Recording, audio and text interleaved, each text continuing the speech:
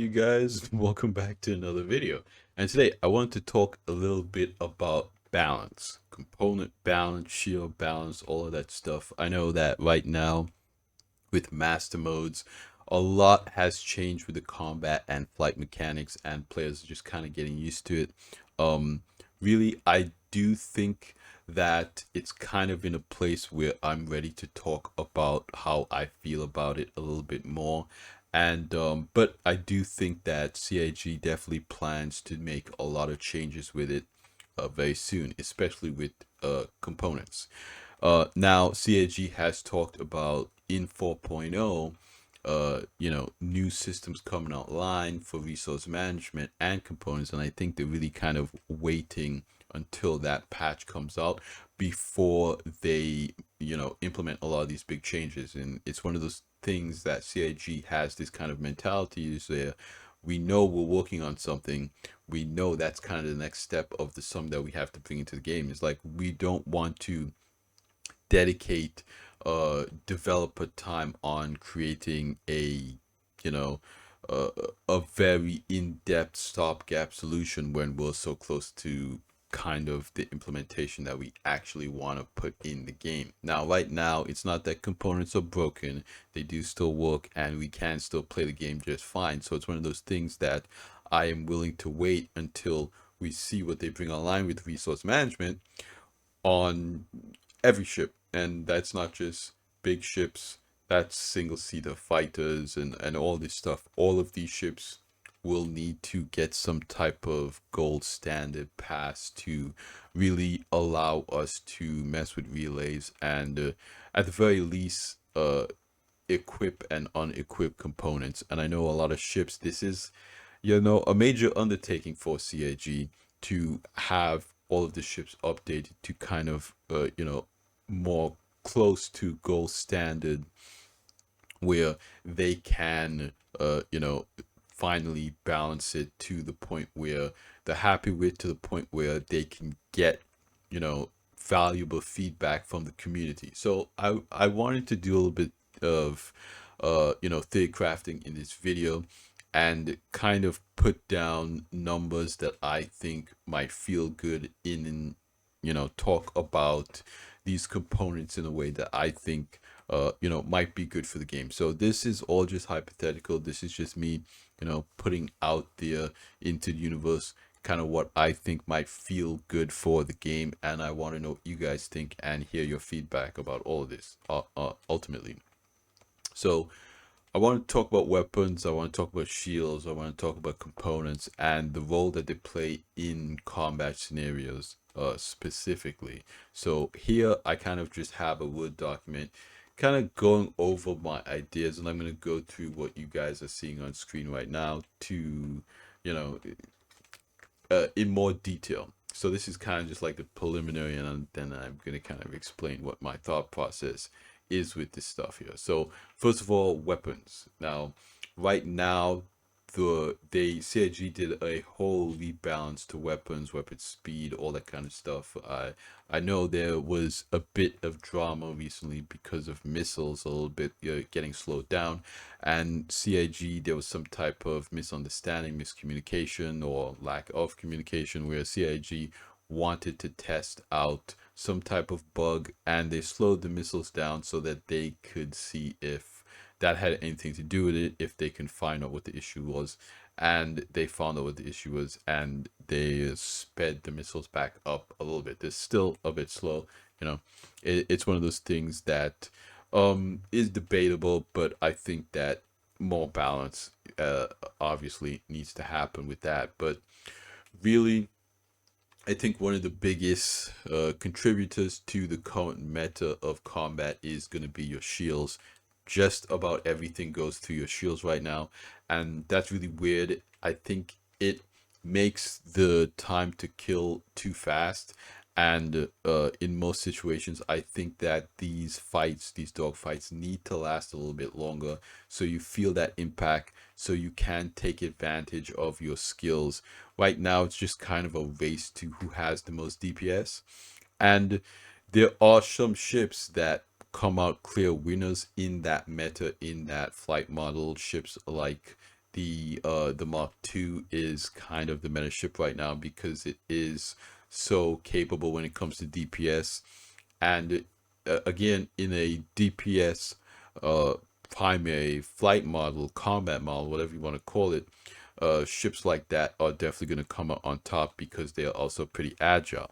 Now, I think that this problem can be solved and you can add more nuance to the combat, even in master modes, by altering the components and how these numbers and values interact with each other. So, for weapons, I want to kind of go over the damage types first, okay?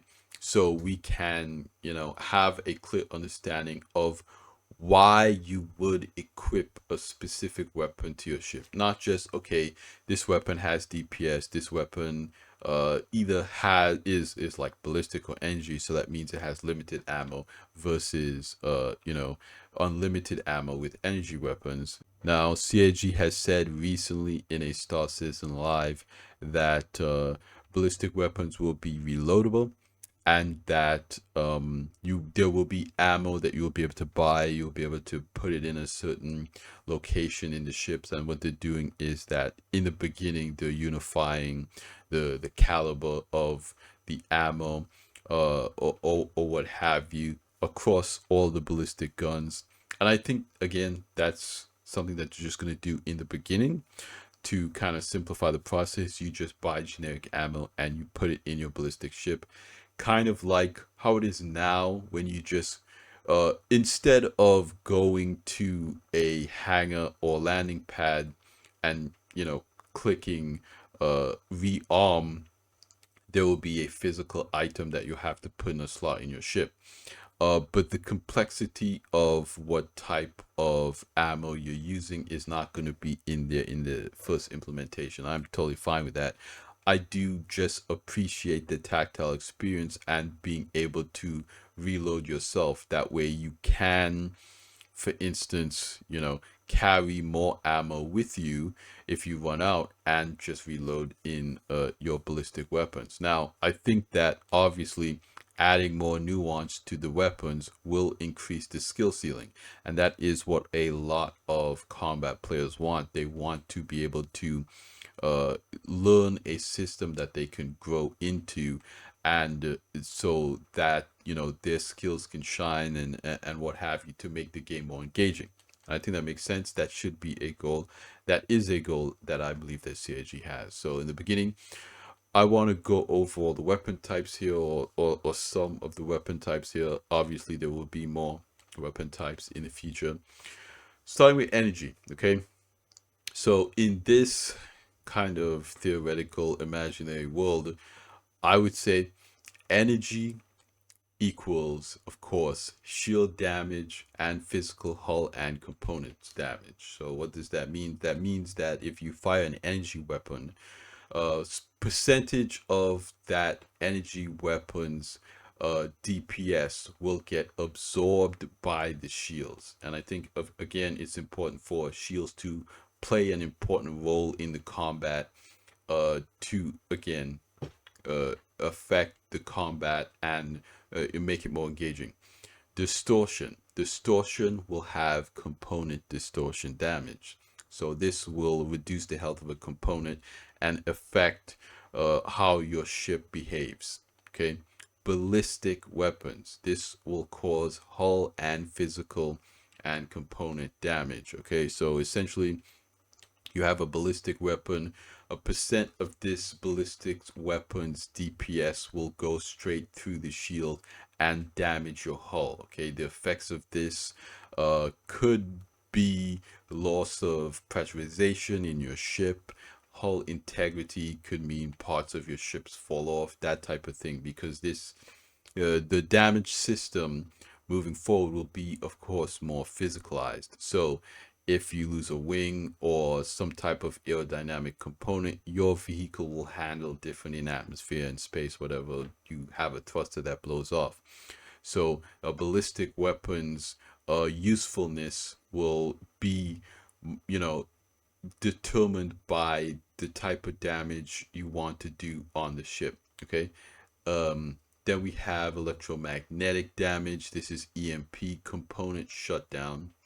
Then you have interdiction, and this is quantum disruption. And then of course you have missiles overall damage and fire damage. Okay, so when you fire a missile and it hits the hull and gets through the shields, this can cause fires on your ships that you have to put out and whatnot. Okay, so shields have an overall HP pool. This is, pretty much exactly like how it works now. Each shield face has its own HP. That is a percentage of the total shield HP and can be diverted to different shield faces when one gets low. Again, this is a system we're very familiar with. I think this system makes sense and feels good. CIG moved to kind of a bubble shield system on some ships, and I think that the shield face system works good. I like that system. I think that's something we should go with across the board. Again, it's something that I believe has to do with how many actual shield components you have, and it's something that is going to and I believe that they made this change strictly because they want to add in shield emitters, and so there will be, components on your ships, small components that actually emit the shield face. So the exterior of the ship might change as well. And so I believe that because the shield emitters will be physical components, you can shoot them off and whatnot. I think that is a bit too specific. I think that shields need to be kind of powerful. They need to be kind of strong, again, to make combat last longer, to make it more impactful, in my opinion. Again, this is just my opinion. I think shield emitter is a good idea, but I do not think you should be able to destroy a shield emitter if the shield components still work. Again, if you have destroyed this person's shield components or use distortion weapons to shut this person's shield component down, then you can destroy the shield emitter. But I don't think you should be able to shoot through the shields and destroy the emitter. That I don't think will feel right. Again, I don't know how the system's going to work. It's not in game right now. This is just something that we're talking about to put our ideas out there. Okay, so what are the weapons roles going to be in this scenario with the shields? So I think that the shields should offer DPS and damage reduction and deflection. Okay, and this is basically the whole point of the shields. And right now I just have some preliminary numbers and examples in here to kind of paint a picture of what that might look like. Okay, so for ballistic weapons, I have it kind of titled deflection here, but this is really just the shields absorbing some of the ballistic weapons impact. So in this document is described as deflection, a percentage. This is not a percentage of, okay, 35% of your shots get deflected by the shields, but 35% of the damage of this round gets deflected by the shields, because the shields slow down the speed of the bullet, essentially.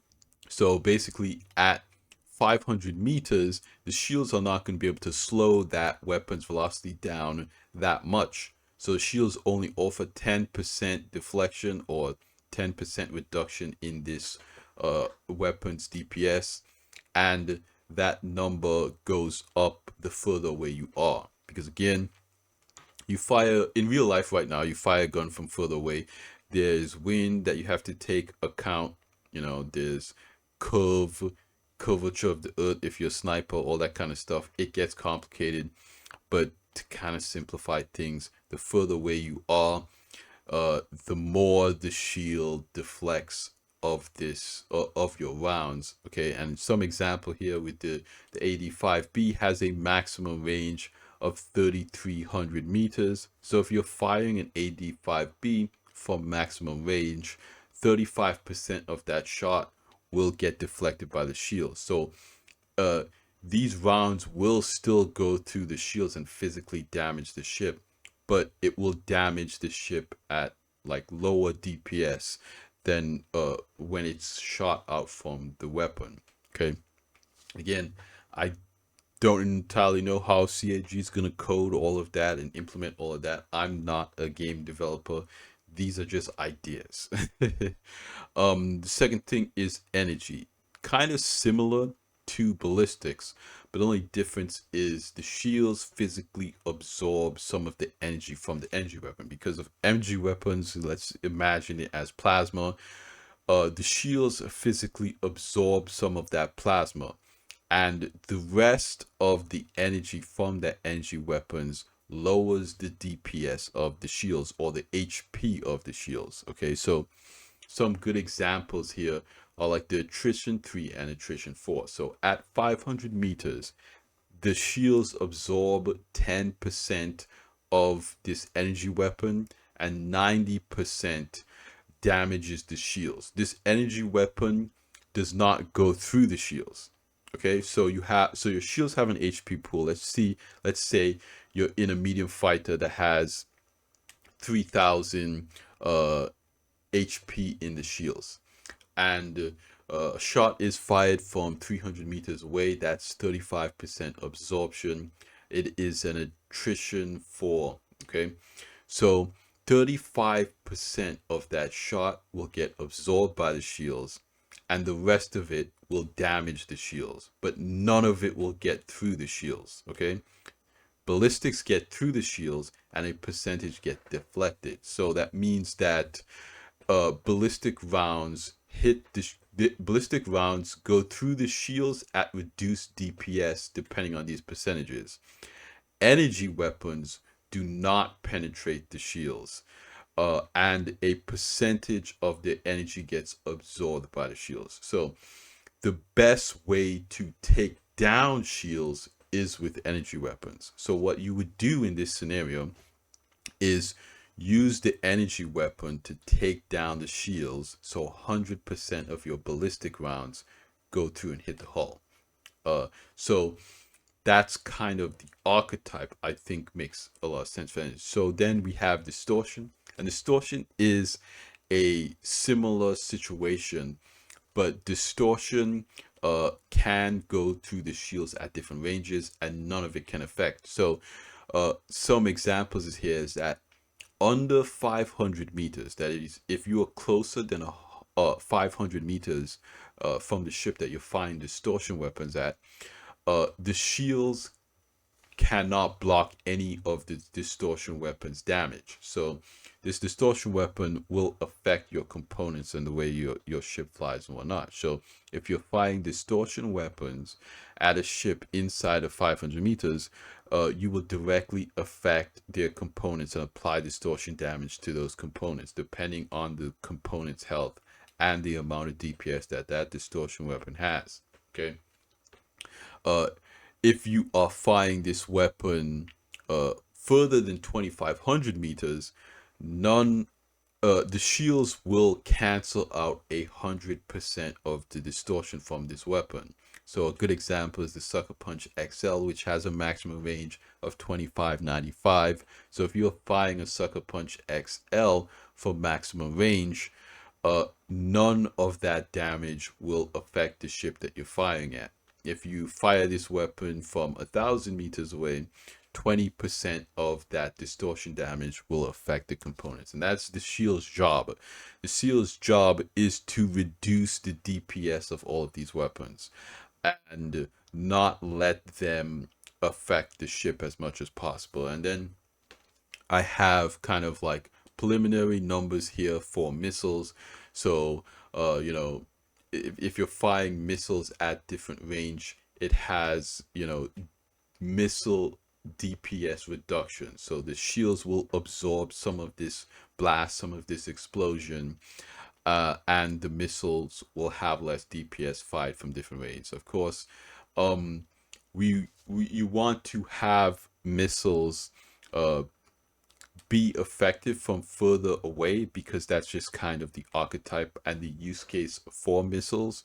So the ranges are a lot further away. 10,000 meters, 40% DPS reduction. Again, these are just kind of preliminary numbers.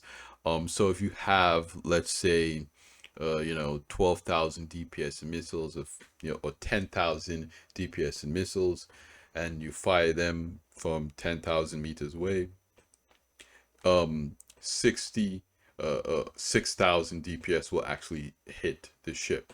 Okay, and this will have physical effects on the ship, physical damage effects on the ships, and like start fires and have that effect on the ship. So, being physically damaged, you might lose a wing, you might lose, an aerodynamic component, an engine, whatnot. So this will have direct physical effects on the ship and not just, make it blow up. And so the shields do not protect against EMP and quantum interdiction technology, and these values apply if the shields are up. So obviously, in a combat scenario, you might want to equip your fighter with multiple types of guns. If you have that strategy, for instance, you can strategize in a way where you have energy weapons to take down their shields, distortions to take their components offline, and ballistics to physically damage their ship. Again, I think that having the shields play a part in all of that makes it increases the skill ceiling. It makes obviously the fights last a little bit longer, because in a combat scenario like that, you would want to use both energy and ballistic weapons, because you would be limited on ballistic weapons ammo. Okay, and again, you'll be able to reload ballistic ammo in the future. So if you did want to run all ballistics, you could still do that. But if you could have a strategy where you say, okay, I'm going to save my ballistic ammo and I'm going to take down this person's shields first before I start opening up my ballistic weapons on them. Okay, so again, having the shields play an important role like that in combat, in my opinion, I think would increase the skill ceiling and make combat a little bit more engaging. But let me know what you guys think about all of this. What do you think about shields right now? Do you think shields are in a good place? I don't think shields are in a good place. I don't know why everything goes through shields. I think that something like this would make them feel a little bit better. But I'm not a hardcore combat player or anything like that, so I want to hear from you guys. I want to know what you guys think about this. What do you think about these numbers? What kind of numbers do you think would make more sense or feel better? Let me know in the comments down below. But that's gonna be it for me in this video, you guys. Thanks for hanging out with me again, and like I always say at the end of these videos, like the video if you liked it, subscribe if you want to see more, and I will see you guys in the next one. Salute.